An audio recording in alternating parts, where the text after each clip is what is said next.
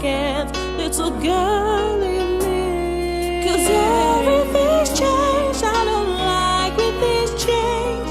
It stirs up my insecurities. When all God is around, I just fall to the ground. I'm lost and I need to be found.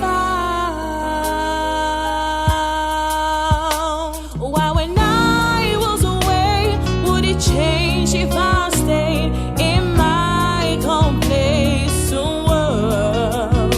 The only certainty that I can see is things won't be how they used to be. 'Cause everything's changed, I don't like when things change. It stirs up my insecurities. And when a God is around, I just fall to the ground. I'm lost and I need to be found. 'Cause everything's changed, I don't like when things change. It stirs up my insecurities. And when a God is around, I just fall to the ground. I'm lost and I need, I'm lost and I need, I'm lost and I need to be found, to be found. 'Cause everything's changed, I don't like when things change. It stirs up my insecurities. And when a God is around, I just fall to the ground. And I'm lost and I need, I'm lost. 'Cause everything's changed, I don't like when things change.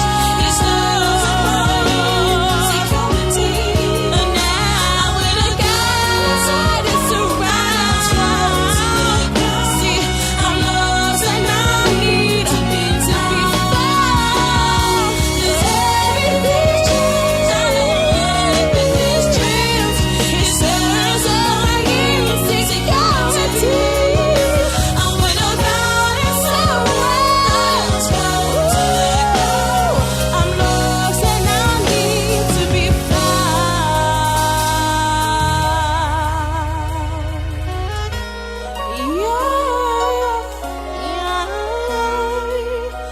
No, it stirs up my insecurities.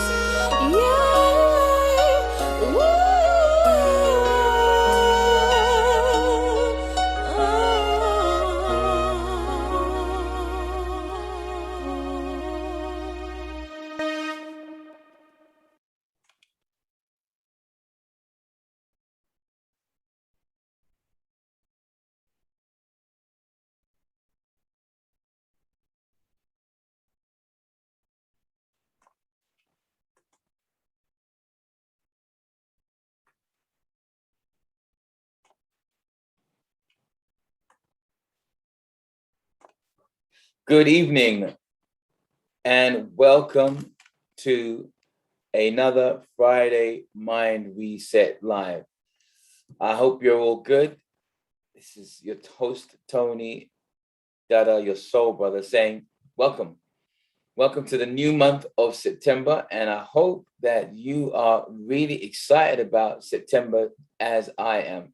September is my favorite month of the year, and I'll go into that and share as to why that is the case later on during the course of this evening. But first of all, I want to give a shout out to our guests who are joining us. Let's see who we have in the room. So we have Maxine, how you doing? Philippa, how's it going? And I see, let's give a few minutes for some other people to join us. And I'd like to say a big shout out to our team. A number of our team, Glennis included, have been hit and struck down with some kind of ailments. And so for everyone that is feeling a little bit under the weather, we just send you positive vibes for healing, restoration, and getting well soon, because we need you. Okay, so as I said, welcome to another episode of Friday Mind Reset Live. I know some of you may have missed us last week, but we were getting ready for our festival and fun day, which was last week, Saturday. And boy, did we have a great time. It was the culmination of the success pillar where we were focusing on health and well-being. And so what better way to do that than to actually meet? Some of us hadn't met for a year. Can you imagine? It's been pure virtual, but we got the chance to meet in fresh air, in nature, and we had fun. We played games, we ate, we laughed. It was a wonderful time. If you want to join us, then we're going to be doing it again next year, but probably before then, we're going to have a few other events because our members enjoyed it so much. So this month, we are going to be treating a new success pillar. And this is one that I think we're going to find really interesting. This is the success pillar called relationships. And of course, relationships is, well, it's serious business. You know, it's one of the most difficult, challenging things that we could ever undertake. And so we're going to talk about it. And we're going to have different takes across this month. But today we're going to have a gentleman who's going to be sharing his insights. So I'd like to say welcome to our Facebook family, as well as our YouTube family. And for those of you who are new, just to make you aware, the evening is going to be split into two sections. The first section is really an open forum for our guests on Facebook and on YouTube to be able to engage with us and just really get a sense of what our evening is about. And then around 9 o'clock-ish, we will be going private, where we will be purely for our members, giving them the opportunity in privacy to really delve deep and ask deeper questions. So that's the context of the evening. And so just to put it into even broader and wider context, why do we do the Friday Mind Reset Live? Well, it's to be viewed almost like an introductory course, really. Over 5 months, we focus on what I refer to as the 5 success pillars. These are the success pillars that I wrote about in my book, The GPS System, which is not about traveling to the ends of the earth, but actually it's an acronym for Grow Personal Success, because having been working and investing and supporting people for the best part of 30 years, whether you are 60 to 60, what I have found is everyone wants to be successful, but I have found very few, well, in fact, none, schools, colleges, or universities that teach you how to be successful. And so over the 5 months, using our 5 pillars of success, I've identified that there are 5 key areas that if you begin to give attention to these 5 areas simultaneously, your life will begin to change. In a particular way, we show you how to do that. But generally, in the first instance, we just introduce you to these 5 pillars of success. And then each week through the month, we bring to your awareness people that I have identified as consciously aware individuals who are on their mission, who have dedicated a significant portion of their life to becoming an expert in a particular field.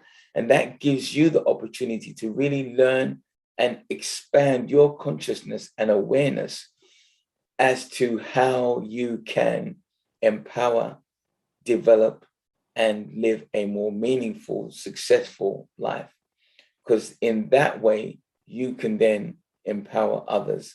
And so this evening, as we kick off with the theme of relationships, I wanted to introduce this brother. Now, we're just going to have a conversation because I think you're going to find out about him just as we let the conversation flow. But he came to my attention a couple of years ago because of the work that he was doing as a historian. But we exchanged numbers and he's a real cool brother. But having conversations with him, I found out that he had a very interesting perspective on relationships because he is a man of color, or maybe not so, as you'll soon find out. And he's had experiences. It really places him to be in a unique position to talk about what we're going to be talking about this evening, in terms of, on one hand, we're talking about conscious awareness, but on the other hand, I'm asking the question, in the 21st century, in this new era, does it matter what color a man is, or does it matter what color? Does it matter if you're black or white, in terms of how you'll be treated and how you'll be accepted in society? So without any further ado, let me introduce to you our brother, Paul, to the panelists. Paul, are you there, my brother? I hope so. Hey. Hey. How you doing, my man? I'm good, sir. I'm good. How are you? I am fantastic. Really good to see you. Thank you for taking the time out this evening to come and share your perspective, your insights, which I think are going to really be insightful. I mean, I want to talk, we've had some conversations and I'm like, no, I really want to talk to this brother and share your insights. So thank you for asking me. Thank you. It's an honor. Well, as you probably heard me say, I recognize that in this new era, it's really about identifying or finding people like yourselves who are, I believe, consciously aware and committed to wanting to make a difference, and people who have spent a considerable amount of time on their mission. And it's really just in this new era, I believe it's part of our work to showcase those individuals so that people can learn and gain from the dedication that you've made over a long period of time. So I want to start and jump right at the beginning, because your perspective, as I said, is a unique one in that you were born. Well, you know what? Let's just go right back from the beginning. What part of the world were you born in, Paul? I was actually born in Preston, in Lancashire, where I now live. But I was born in an orphanage hospital, simply because my mother didn't know if I was going to be. My mother's white. She didn't know if I was going to be black or white because of the circumstance. So therefore, she had me in secret. Couldn't be in secret, but she went to this hospital. And then I only found out maybe 4 years ago that she told my brothers and sisters, my half brothers and sisters, that the baby had died. What? And that they'd adopted me in place of the baby who died. So there was drama from the beginning. What? Are you serious? So are you saying that? So that was kind of the way that she framed it, so that she's already married with 3 children and foster children as well, and so therefore I later found out, age 11, she told me that she was raped by my natural father, who was staying with them, who was a Nigerian soldier. I don't want to say which nation, in case it prejudices the Igbo. I didn't find out I was Igbo until I was 21 and gone through the Biafran War and all this business, but not liking what I was seeing, but or that kind of thing. But no, so that kind of gra was there from the beginning. So I was officially adopted. So when you say you were officially adopted, so she officially adopted you? No, my dad, her husband, she was married. So her husband, my dad, who raised me, officially adopted me. So there was drama from day one. Oh, it's interesting. But I was oblivious. I was just a child. I didn't know, you know, yeah, so it's I've told the story of my first day in school it was the Wednesday, 3rd of April, 1963, which is ironically also the date of the Birmingham riots in Alabama. Oh, wow.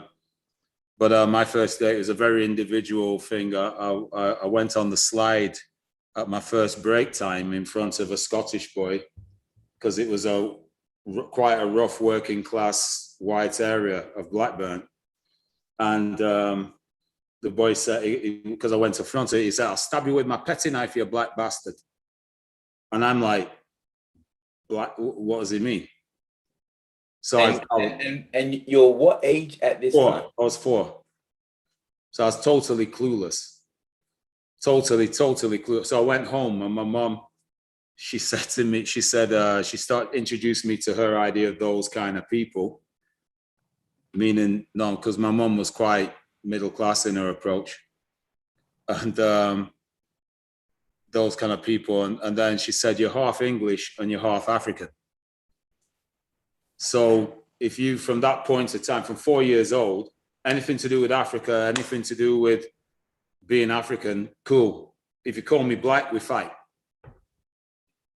It was like that. It's like that. It's just, it was on.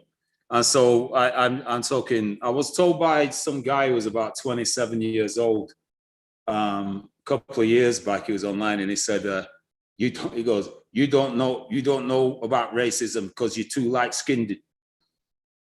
And I was going like, it was a pity you weren't on the streets of Blackburn, mate, in the 1960s through to the 1980s, where you could have stopped these boneheads, these National Front members trying to beat down on me or cuss me down and whatever, because you could have stepped in as a black conscious man and said, "Don't hit that little breed there. He's too light to hit. Fight me." And half of these people today, they never had to have a rock. They never had to have a fight, you see. Never. When I was running gauntlet every day, going from my home to school. So I don't want to hear people talk about race.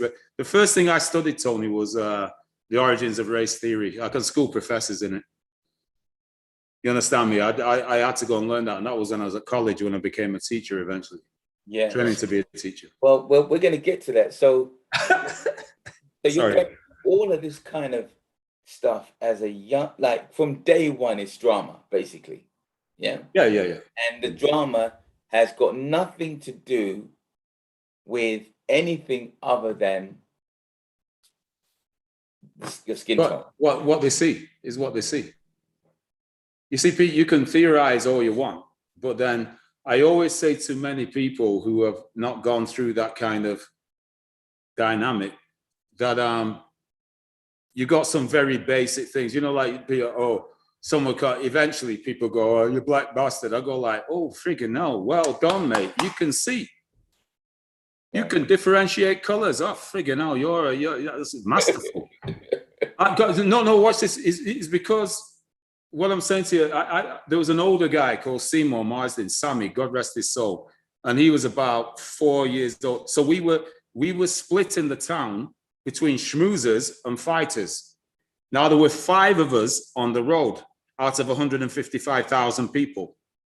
And we're all mixed race. 5. So it's five of us. There's Neville, who we didn't hang with, Albert, Graham, there's Albert, Graham, me, Sammy, and Emmanuel, who is like my foster brother. 5 of us on them. 6, but Neville didn't hang out. So what happened was 5 of us were on there. Emmanuel and Graham were schmoozers. And Albert, my spar, was schmoozers. Me and Sammy, battlers. And he said I was going so wild you'll be dead by the time you're 19, 20 if you carry on the way you're doing. So he said, you got a good brain, use your mouth. So that's what he said to you, because obviously having that experience at 4 and then going into secondary school, this whole thing continued. You started wilding out pretty bad. All the way through. I always thank God, because these days I'd be put on Ritalin, or it's not Ritalin, something to calm me down or some shit. You know, and I've met some mixed race guys in some terrible circumstances, you know, where they've been out of precincts, as it were, no color, no people of color around them, and they've been either left with their white mothers or whatever the circumstance, and the school system has gone to town on them, you know. But it's not really the what we call now, we call it the school to prison pipeline. This is school to mental house. It's a madhouse. Wow. Because we're crazy breeds. Forgive my terms. I talk like that. He said, you saw them mixed race guys are crazy, and I admit it. I've had my moments, but it's like I say, these are the things that Sammy, on seeing what I was like, just said, no, you gotta. And this is me martial arted up as well, disciplined and everything. Okay, so where did and when did the martial art come into play? Did you choose consciously to take on martial arts because you wanted to beat the crap out of people because of what was going on? Oh, it's to calm me down. Okay. It was a focus thing with me. It was I had to think, it was like a rounders back kind of billy bat thing. I was going to start going out and playing people in with that, and it was like just certain friends turned around and said, you know, get into there. One of them had gone to Kung Fu. So got to Kung Fu and I was like Dr. Water, you know, and then I transferred to a harder style karate, Korean Kempo, and the Tegatani system. So I got that and got my black belts in Jiu-Jitsu, Japanese Jiu-Jitsu and Korean Kempo.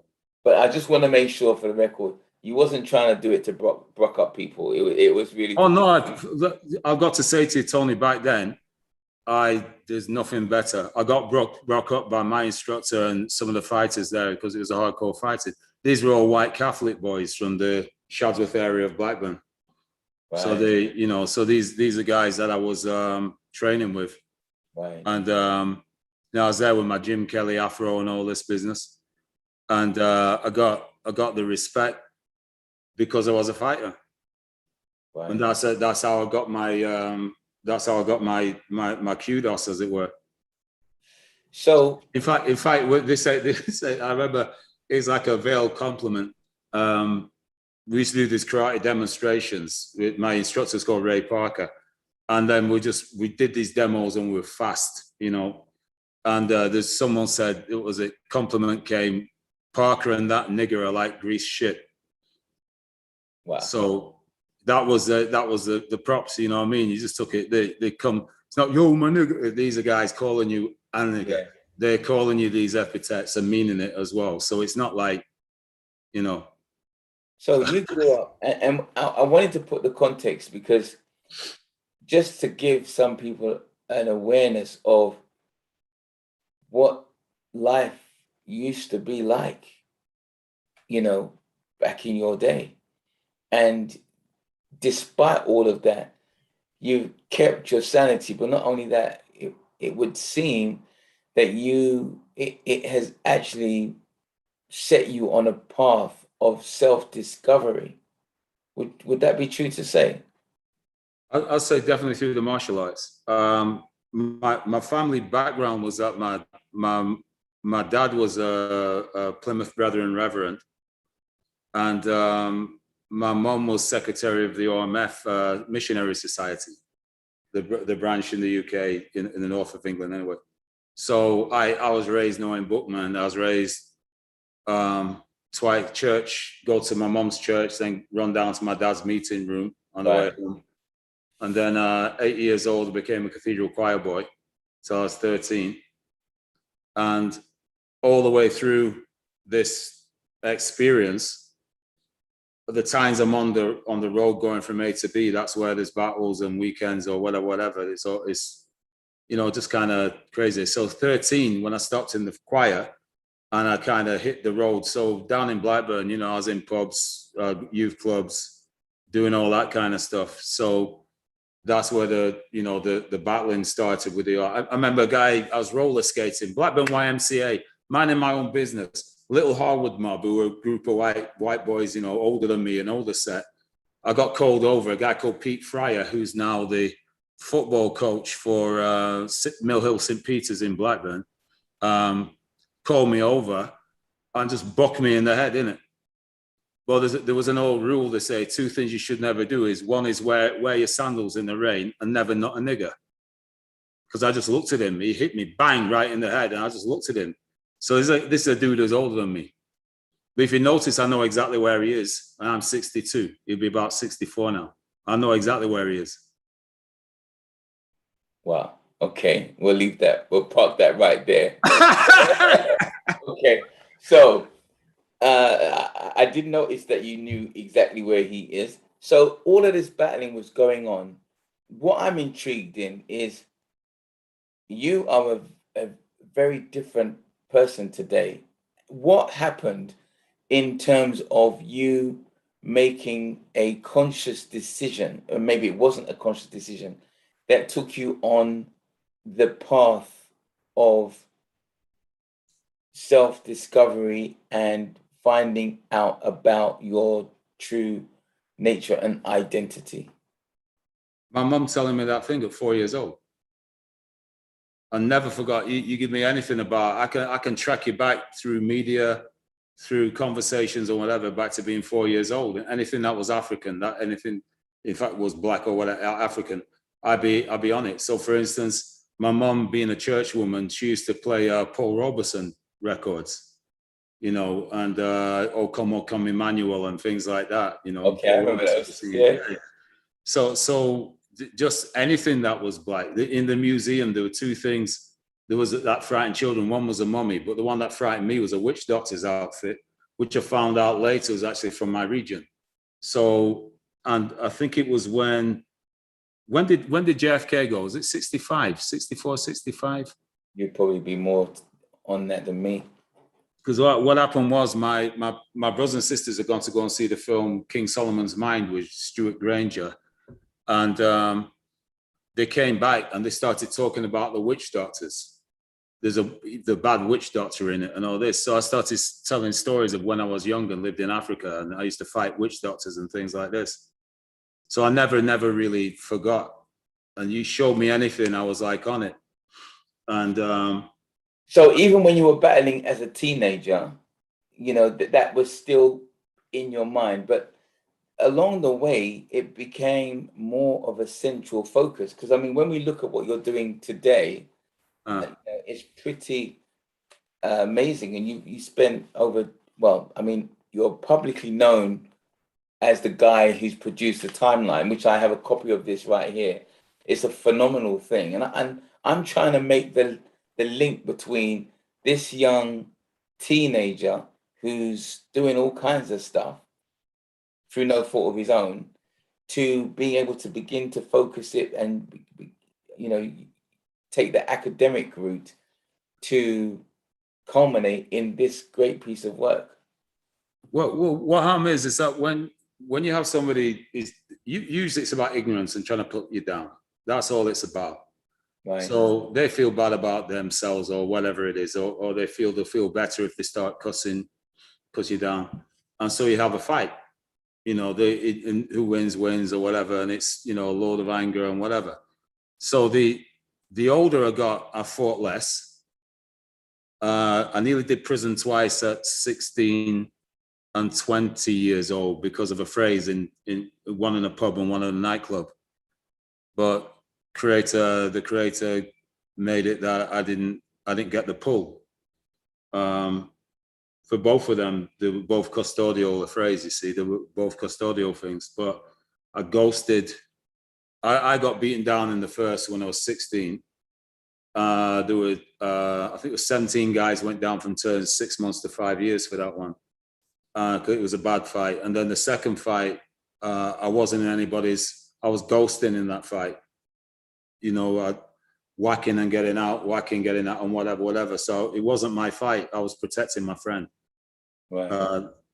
Both occasions, Scousers, guys from one from Southport, one from Liverpool. So it's always a battle, a competition, and whatever. And so there was, for instance, the last time I went out with a white girl, for instance, had a relationship with a white girl, was in 1975. And that was because I had three girlfriends who were white, one when I was 13, one when I was 14, one at 16. And the first girl, I couldn't hold her hand within a mile of her house. Second girl, her father used to drive around in a car looking for me and used to send a young brother to come call me a nigger and a black bastard and all this business. And then at 16 years old, I met the father and the two brothers and went to pick up this girl, the Rothsey Road in Blackburn it was. And she said, "Oh, can you wait down the bottom of the path?" I'm here, bang, bang, bang, bang, bang, bang. "Leave my daughter alone, you black bastard, you nigger, you this." And it was a mother. And I was like, inside, I was like, huh? But outside, I just looked at her. So when she came out, put my arm around her and smiled and walked off up the road. But then I had an incident with her. And it was a bad incident. And I knew I couldn't make it. I was 16 years old. And I whacked her with a kick. Well, I could have pulled because we were playing around and whatever. But as I spun, I visualized her mother. And I cracked her in the back with it. And I went, oh, shit. I did the katsu, the resuscitation on her, free the diaphragm. But I knew what I'd done. And it was anger at the mother that made me do that. And I was like, but I can loop it round now. It's anger at my mother via the root and whatever. I understand all of that stuff. So what I'm trying to say to you is there were choices I had to make at certain crossroads. Right, I understand. Then I made that. My next girlfriend was a mixed parentage girl. And then after that, I toured the Caribbean. So you're actually having to make conscious choices that many people don't even think about. No, when I was 16, when I made that choice, I got the reputation I was a racist. Yeah. I was a racist because I won't go out with white girls. But now you just shared, and I really appreciate you kind of being so open because we're real like that on the Friday Mind Reset Live. But it puts everything into perspective. So what contributed towards you focusing on cultural engagement as part of your work? I mean, obviously, all of these things that you've been experiencing from the conscious age of 4, did they all play a part? Oh, definitively, because I didn't really meet black people. I met there's a woman called Desiree in Kansas State. She was a nurse from Jamaica. She stayed with us when I was around about 6 years old. And I was like, right. And then there's a girl called Mireille, and damn, Mireille was fine. Mireille was fine, man. Okay. From Martinique. And she was a French assistant at the school that I was at. And she was fine. But I was 11. So okay, so it was like when I was 11 years old, I knew what was fine, believe me. Okay. But I didn't start moving with my friend Albert. I didn't start moving with those guys I told you about till I was 13, 14, 15. Right. So the cultural engagement was one that was very, very kind of particular because there was no kind of black anything in Blackburn. Wow. So the next town over, Preston, there were a few black families. There were maybe 8 black families in the town, split between Caribbean and West African. Okay, so then tell us, so we see where you're coming from, how there've been all of this stuff just because of the color of your skin that you're experiencing. At what point, and how did you get to the point where you were now teaching African-centered cultural studies? I was around about, let's see, I got when I was 21. I was going to turn professional at boxing down in London, and I was persuaded to stay back and become a school teacher because my brothers and sisters are teachers married to teachers. Right. So at 16, I became an engineer because I wasn't going to do that. I'm going to be different. Right. Okay. And but still, I was picking up information and whatever. You got to think as well that 1972, Enter the Dragon, there's Jim Kelly came through strong, and there are all these cultural influences coming through. So my taste in music is quite eclectic. Right. But then there was I just got into because my older sister was into Tamla Motown. Right. And so I was listening to certain music. Then there were things on TV. Ali became a major thing. Okay. And I always remember the things he was saying were resonating with me. But then my mum was calling him a big head and things. And I was like, he's not a big head, he's talking the truth. And I remember having these arguments when I was as young as maybe 9 or 10. Oh, then, of course, Eusebio for Portugal. There's a Freemason stayed with us as a lodger called Barry he was from the Northeast. And I had yet another tear up outside, and I came home and I was like, always up, I was raging. And he asked me what was up. And I told him, they'd be calling me names again and blah, blah, blah. And he says, you look like Eusebio. I went, what? He said, Eusebio, who plays for Portugal and Benfica. He said, you look like Eusebio. And they said, they're jealous of you. And I didn't realize, when I look back now, this is a Freemason building character. Right. This is what they're supposed to do. Right. So I was like, okay, got into that. And then it was, so the great, mighty Manchester United beat Benfica I think it's 4-1 at Wembley in 68 for the European Cup. So Eusebio was in that game. But then I met Brazil 1970 football. And it was just like, wow. It was just like it's like my mind got dismantled by it.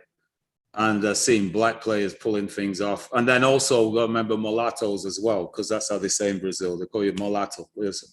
So you decide to not go into boxing, and you decide to teach, and so you make a decision to start to teach African-centered. No, not at all. It was a get the link. It's like, yeah, because what happens is, if you imagine all these influences that I'm seeking and they're all hitting. Yeah, of course. Well, then I'm just carrying on. I'm just Paul. I'm just going through, and it's like, well, who's it? I mean, so I've got all the stereotypes. I'm a fighter. I've got all these things going on. I'm going out with black girls. I'm learning about my culture from my girlfriends. You understand me? And like I said, I toured Jamaica. I toured the Caribbean, mainly Jamaica. So what happened was, it was the influences coming in from my girlfriends that educated me. Wow. So I didn't take anything for granted. There's nothing taken for granted. I was all ears and eyes and whatever, going like, what? What do you mean can't cut tie? What do you mean struts? What does that mean? And then so I'm having to learn all of this stuff, primarily from people who were moving away from their culture. They didn't want to know. Wow. So then I got licked by Roots when it came out, 77. Yeah. Good Friday, 77. Yeah. And then that was like another thing. And then, like I said, it's really funny. Have you seen that scene in Hitch where Will Smith is teaching the white dude how to dance, and he's like doing this? Well, I had the same dancing lesson from my girlfriend's brother. They took teaching me, I kind of got rhythm, but it is ill-disciplined. Wow. And so I had to learn all of that, and I was pulling in, but then there were things operating and lines of reasoning where I'm saying to them, what do you mean you're not African? And I'm going like, so where were you hanging out then? What are you, buddy? And I knew about ROI, because I learned about ROI. I said, so you got, your name is blah, so you're Scottish, so you're a Scottish Arawak, are you? Macaroite. Do I call you Macaroite? And I was reasoning like that. And the reason I learned to reason like that was Sammy.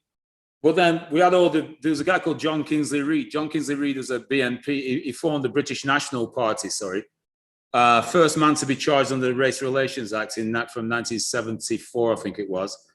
And he used to say things like, I don't want this country full of khaki-colored bastards, and half-caste are the lowest form of life because they interfere with genetics. And so he was teaching all these guys. Some of them were my peers. So I had to learn to out-reason them. Right. Okay. And that's how I was getting, and how I did it was through knowledge. I didn't do it like, oh, I'll beat you up if you. I was going line of reasoning. So I said, so it was it. He used the work of Armando Quattrofage, who said that half caste is sterile. So I said, half caste is sterile. Yeah, half caste is sterile.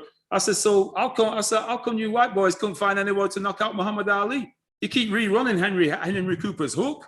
I said, but Ali's mom is mixed race. Mama Bird, she's mixed race. I said, what do you mean? Well, you shut your mouth, you friggin' idiot. And so it was like his reasoning, banter, fighting, whatever.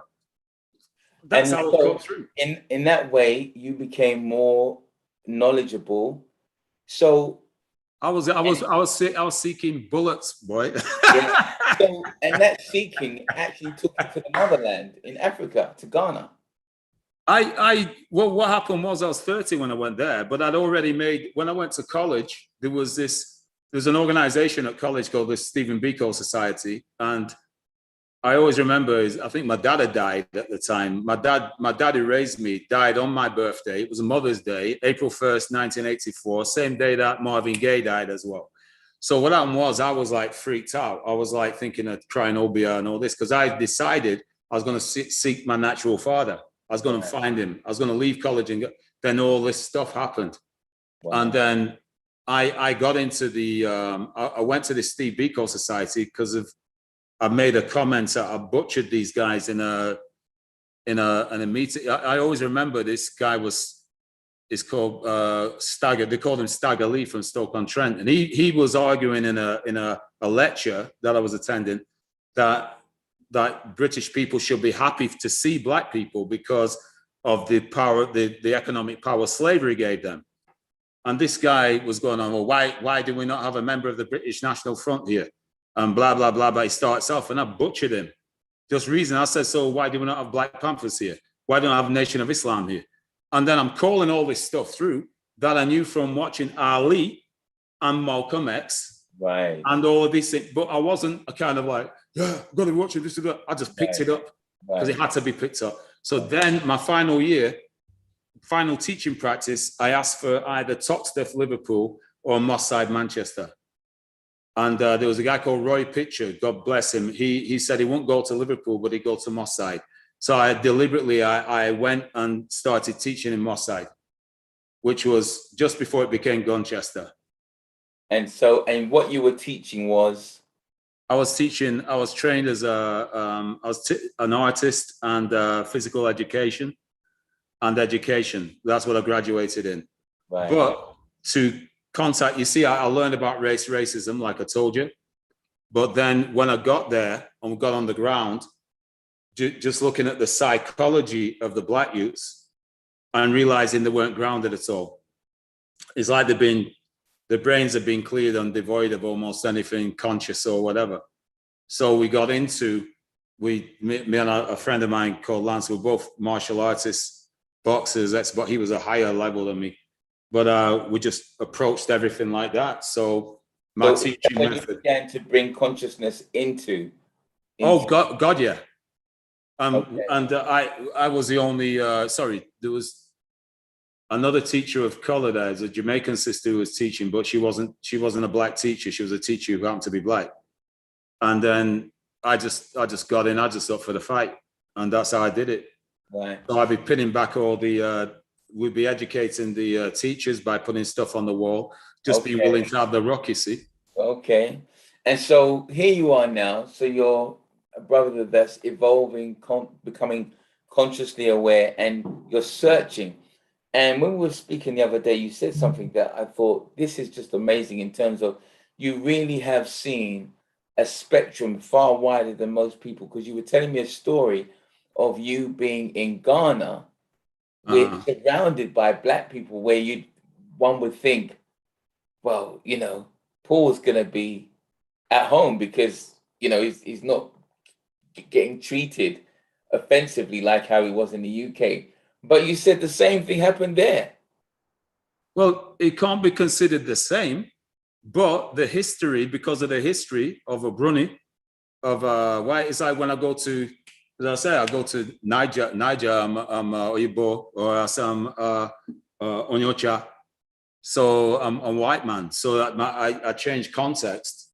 It's like that thing they said about Fard Muhammad being made mixed race who could pass with ease in the world. Well, it's kind of like that, but then you find in a context that I was up in Cape Coast, and because of the Cape Coast coloreds there, not Cape coloreds, Cape Coast coloreds, and their role in enslavement, they were like growling at me on the street. Because they saw you as Yeah. you personified. Tell us the story for those who might not understand. What happens when you go to those castles? The governors would always have a kind of a view overlook. I think it's Elmina, where I think it's Elmina. It's a while I've been. And so over the balcony would overlook the female courtyard where the female captives were. So it's a bit like picking the fish.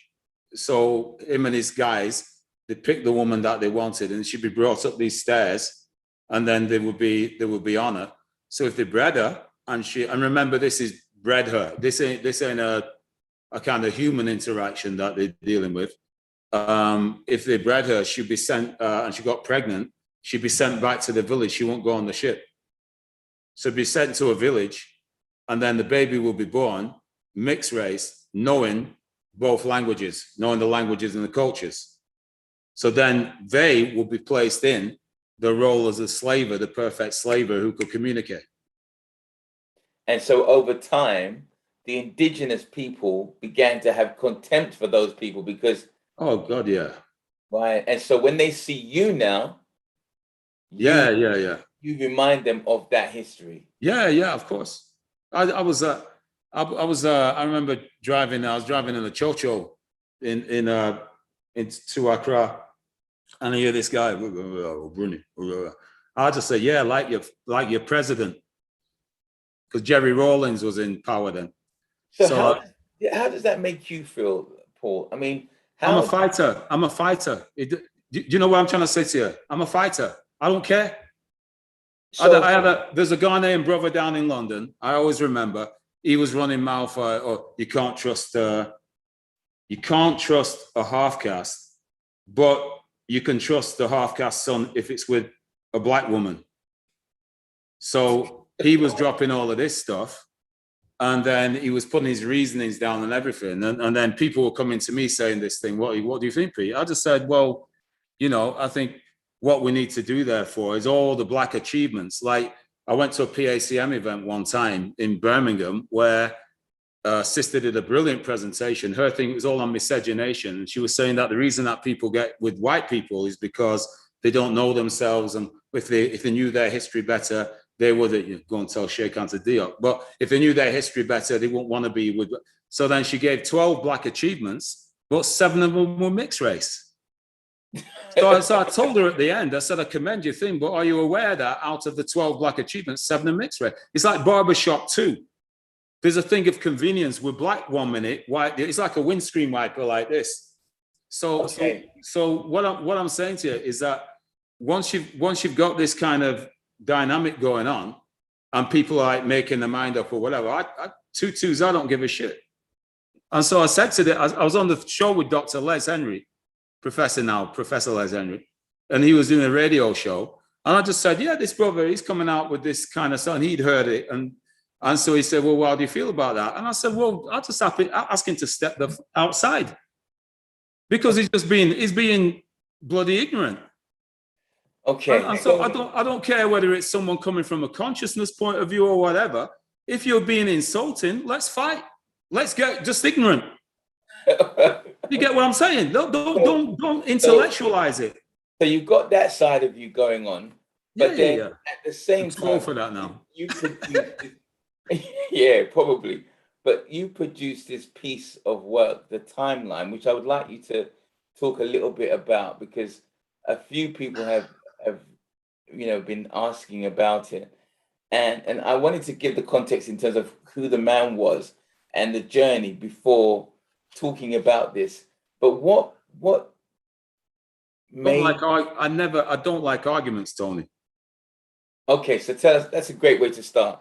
So tell us, what do you mean when you say? So are you saying that you produced this because you don't like arguments? Yeah, yeah, yeah. What was the argument that you were getting into that prompted you to produce this timeline? My mother's people were talking bullshit. What were they saying that They you were need? saying that all my father's people were slaves and colonized people, and it's Right. not true.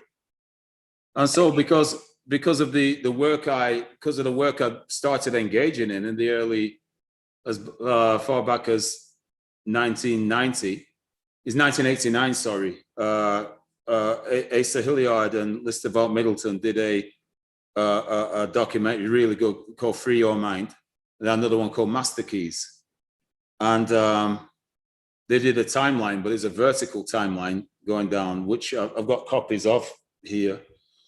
But I said I deal with the horizon, the Heru Amaket, the hero on the horizon. Okay, so just so that our audience can get an understanding. So you don't like arguments, and you were hearing stuff that you knew was not accurate and not Yeah. true. So you decided to embark on producing a piece of work that would be a history lesson, in effect. Well, start off with this thing. You've got BC and AD just as a starting point. Many people don't understand that for reason what it means and whatever. But what it does, it's like having the lines on a football pitch or on a basketball court, a hockey pitch, or any other thing, a netball court. They give you guidelines. So BC is a guideline. So it provides a thing called context. All right. So help us out, because there might be some people listening who don't know. So can you give us what do they mean? Right. BC AD in AD 624. 52. Oh God Almighty! See, this is me jumping now. This is the. Okay. I have a good advertisement for this. Pope John I of the of the Western Roman Catholic Church was in competition with the Eastern Roman Catholic Church, the Byzantine, and so they wanted to have the ability to state when all the holy days are. Right. So like Easter changes every year. Right. So it's having the power over that. So what they wanted to do is base all time around the foundation of Rome. Right. And so he appointed a guy called Dionysius Exiguus, who was a Scythian, southern Russian monk, a mathematician, to calculate the date of the birth of Christ. So what he did, he started this thing. So they stopped this thing and started off to all time AD, Anno Domini, meaning year of the Lord.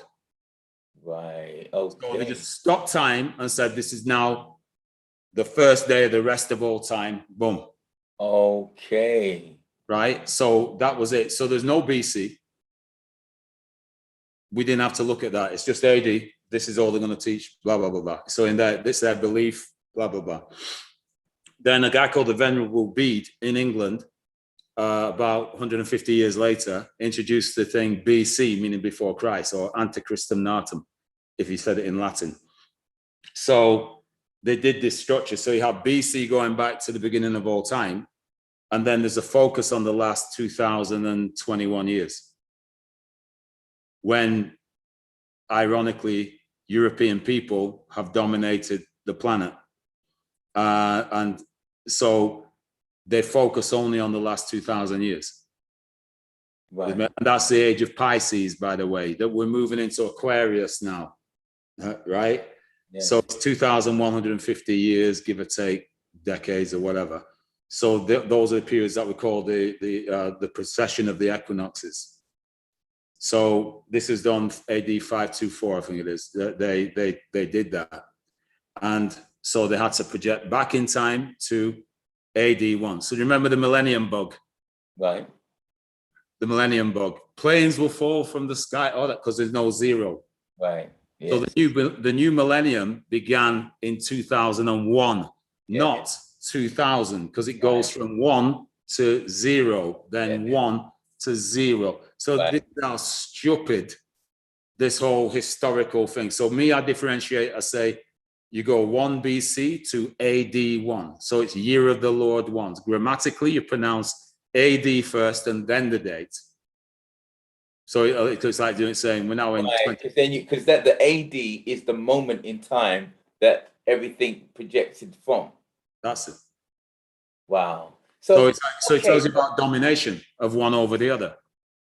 So this is getting interesting. So you now decide to take it upon yourself Uh-huh. to construct this. I can't stretch it out because it's amazing, but I've asked for anyone who's interested. We've actually got a video of a young man walking through. Yeah.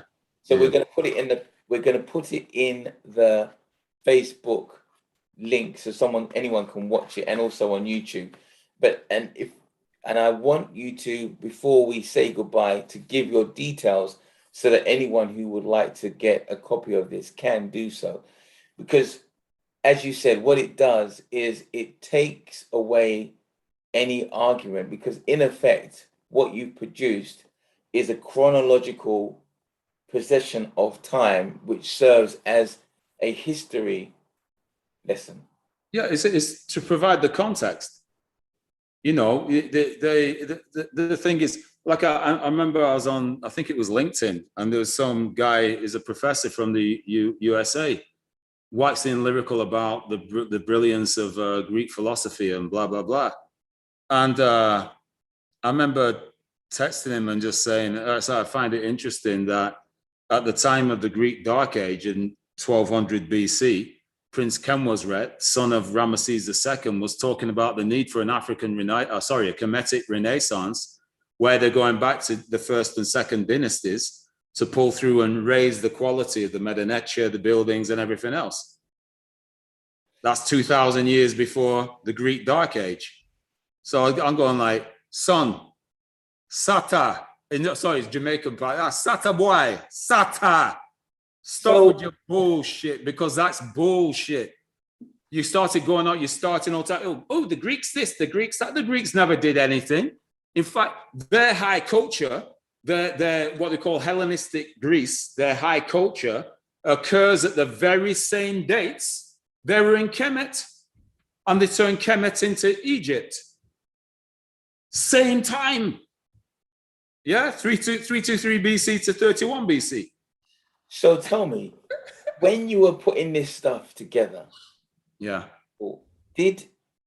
as you were obviously immersing yourself in all of this knowledge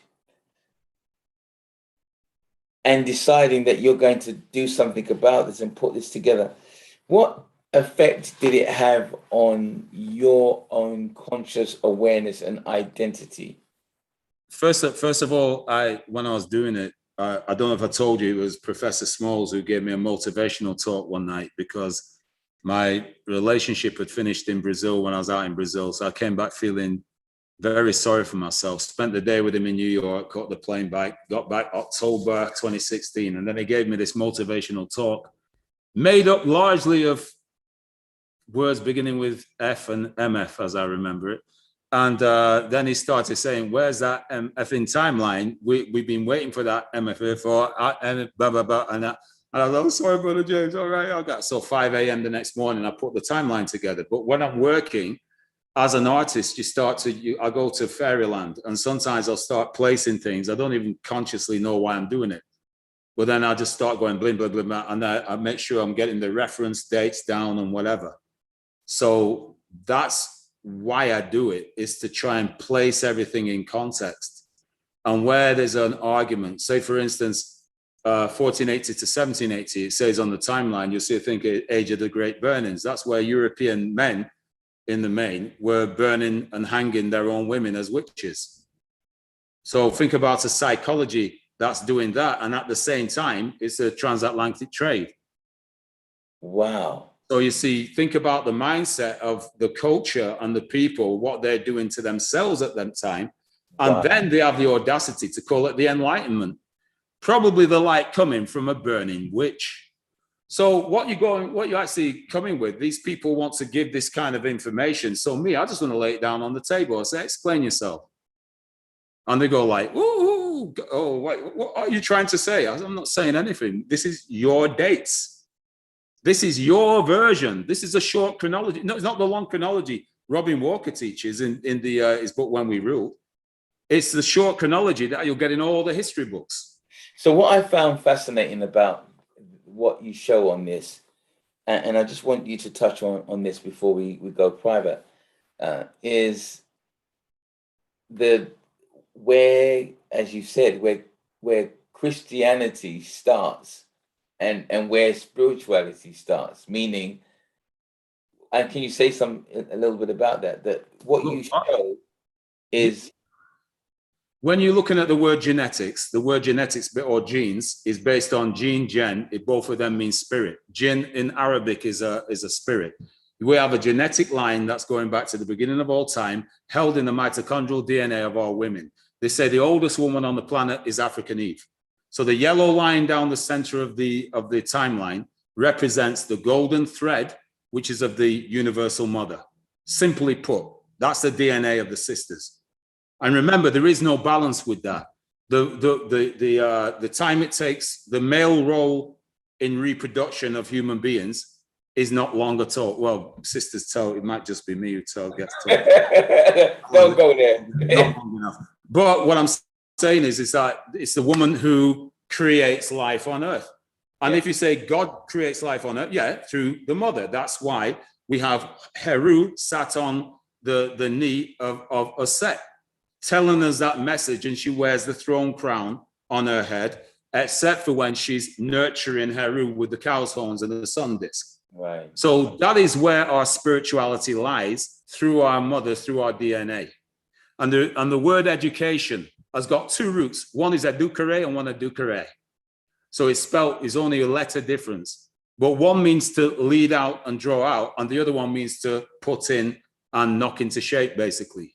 But we need both of them. We need both of them. Wow. But the tapping into things, that's why I'm trying to awaken consciousness with the timeline, is to say that we are, what's this? We're the living, breathing, walking, talking representative of every ancestor who ever lived. We are here, we are now representing all those millions of people in our DNA. Wow. Wow, that is deep. I mean, if you put it in that kind of context, if people hear that, then they really need to think about how they're moving, how they're talking, how they're walking, because they are representing. And all you have to do is put a T on the end of the word here, and it says heart. And it's the first sound you ever heard was your mother's heartbeat. So we need to get into some deep thing, and it's by no accident that on the judgment scene of Ma'at, the heart is weighed against the ostrich feather. And it got to be in balance with it, not lighter than or lower, or it's got to be in balance with the flightless bird, the ostrich feather. You'll see this one here. I always have them around, dotted around my apartment. But it's a dynamic of my art. It's that looking for balance. And that's what I'm trying to say in there. In certain things, there is no balance. You compare the lineage, the timeline of African history compared with European history. Afraid my mama's people don't really, they have no comparison. Yeah, they've got all these good gadgets. We've got all these fantastic things flying here, flying there, but we can't keep relationships together. Wow. So Paul, what, in your opinion, is the way forward in this new time that we're living in, which, as you said, you talked about, we're now entering into the Aquarian age. So what is the remedy or the way forward, Paul? What we need is awareness. We can't get careless. You ask, what is this? My beloved, let's get down to business. Mental self-defensive fitness. Chuck D, fight the power. Yeah, that's it. Wow. Hey, listen, can you get, that was bars. Can you bring it again? Can you? So what we need is awareness. And don't be thinking awareness is a soft word, because it says the word warness. We're in a battle for our people's hearts and minds. And we know that people are attacking us with an overwhelming amount of information. that's intended a lot of the time to confuse, right? So I say what we need is awareness, and we can't get careless. When we're looking at this thing of fake news, go to check out the 10 virtues of Ma'at, and you'll see the last one is establishing the ability to distinguish between the real and the unreal. Now Valley fake news. You understand me? Now Valley fake news. What we need is awareness. We can't get careless because we pick up other things. You ask, what is this? This is my beloved. Let's get down to business. Mental self-defensive fitness. Because we've got to protect ourselves, got to protect our families. We've got to know what's coming for us, and we need to be souping up on that all the time. Wow. Drop the mic. was that a drop? Do I get to drop the mic? Yeah, you did. I got to drop the. Oh, that's my first one. Yeah, because it was just silence. Like, what do you say? And that was from Chuck D. From however many years ago. 1989, a number, another summer, sound of the funky drummer. So, do you think like those kind of brothers? They were pioneers. They were ahead of the game. Oh God, yeah. Listen. I look back when I look at interviews with Muhammad Ali on Parkinson. I think he did about 3 or 5 of them, and whatever. And I look back on those things. I was like, I ain't saying anything.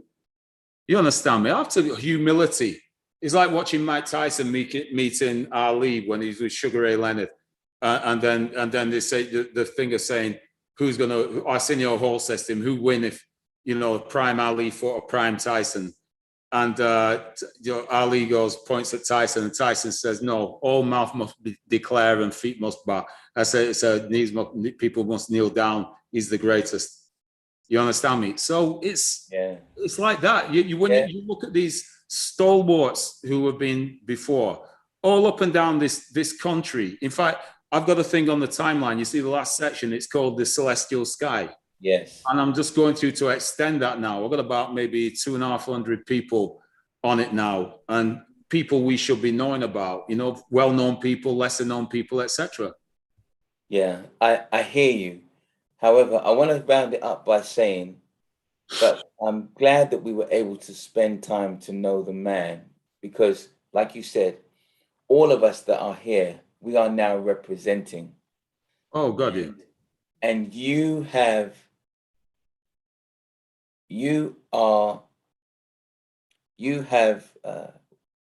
demonstrated that you are befitting the responsibility because of what you have endured and suffered and experienced. That state that you have to be in to be a constant fighter, especially, our stories of men of color don't often get spoken, don't get voiced. And this is why I wanted to honor you today, to give you the opportunity to give the backstory so that people could contextualize and understand that it's all of that energy has come together and produced this creative piece of genius that is the expression that states facts without argument and states it as it is, so that we can all recognize that what are we going to do as individuals? Each of us should be hopefully inspired by listening to you today to say,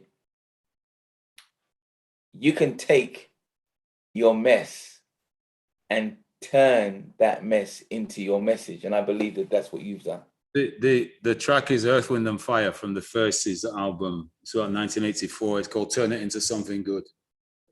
So no matter what happens, turn it into something good. I think I did tell you that I was really in a bad place when I was in Sao Paulo. You did say. And I was going to take the fast route down from the 11th floor instead of going in the lift. And it just so happened, I was so conditioned. I looked, it was 2:45, thank God. And I just went, I've got to pick up my boy. And I just went on autopilot and did that thing. And then in the interim, I was watching, what's this thing called? TED Talks. Right. And there was this guy, I don't know, have you heard this guy called, was it Akala? Yeah, you're telling me about it. Yeah. Of course it's Akala. So I was going like, this is the young blood I was talking to 2 years ago when I first came out, and I didn't want to know anything. I was just like wasted. I didn't want to know anything. I'm going, okay, okay. And so when I saw him and what he was saying, I was like, oh, okay. So if I'm stepping off, he's coming behind. I need to maybe blaze some more, doing some more stuff, And then, so when I saw him, I just got props. I'm just seeing wonderful wonderful sisters about doing the works and everything. There's some who I got to say, I would love to take them on a trip to some of these bonehead places and let them know themselves as, so there's some people really up there on us at the minute, like, hey, we are this and we are that and we shouldn't have that. And go and put you in that pub over there for an evening and just go and talk to them boneheads in there and tell them what they need to do. And then it's like, oh, they got the cut. So people my age and the elders before have created a wave that they're coming into now. Absolutely. But then they ain't giving that props. And I don't want thanks and I don't want respect from these people. But what I don't want them to do is take the piss and be disrespectful.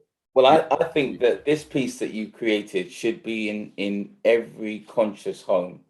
And so I want to give you the opportunity before we say goodbye to our Facebook crew and our YouTube crew. How can people get a copy of this timeline that you produced? The easiest way, I'll give you the details to put on your website. And at the moment, all I've got is the phone. I've got the phone, my email. I don't have a website up yet. Okay, all right. So you give us the details, and I'll leave you those details, and then it's about putting the payments in. At the minute, I'm able to do like a Jeff Bezos thing. Because I've got my things here, I fulfill it myself and spend a couple of hours, and I run up the road to the post office. Right. Don't worry. That's the first phase. In 36 hours to people. Yeah, don't worry. Listen, my brother, I told you, that's just the first phase. I'm reminded of one of my mentors who started his business like that. Right. In terms of fulfilling things. But he's a multimillionaire now. So, okay. So it's all like that. Listen, Paul, we're going to pause for now and say, I hope that our YouTube and Facebook crew have enjoyed. Tony, can I apologize for my language as well? I'm sorry, because my language can fly sometimes. Well, it did fly. I had some kicks. Old German it is. But we keep it real, and I'm sure that people would rather you be yourself than you try and be something else. But thank you for bringing that knowledge and bringing the insights. We'll put the link for those of you who want to get yourself a copy of the timeline. I think you definitely should. We'll also put a video in the in the chat where you're seeing a brother actually talking and walking through. Definitely a good place for discussion for those who want to get clear, because knowledge is power. Knowledge is strength. Wisdom is power. Okay, knowledge is strength. Wisdom is power. Wisdom is power.